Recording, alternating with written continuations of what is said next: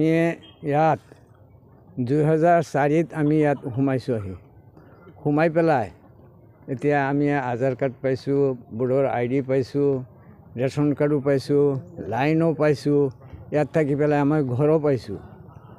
ইমান সোপা চৰকাৰে আঁচনি দি পেলাই এতিয়া লাষ্টত গৈ আমালোকক ঘৰ বাৰী ভাঙি দি আছে।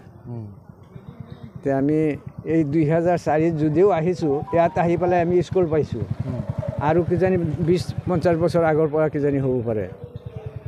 কিমান দিনত যে এইটো মানুহে আশ্ৰয় লৈছে এইটো আমি ক'ব নোৱাৰি, কিন্তু চবেই যিবিলাক বুঢ়া মানুহ আছিল সেইবিলাকেহে ক'ব পাৰিব। আমি আহিছোঁ, আমাৰ ঘৰ আচল ঘৰটো আছিল ৰাইডিংগাৰ লগত হাতী যুঁজোৱা। তেতিয়া হাতী যুঁজোৱা পথাৰত থাকোঁতে বুঢ়া আমাৰ বেমাৰী আছিল।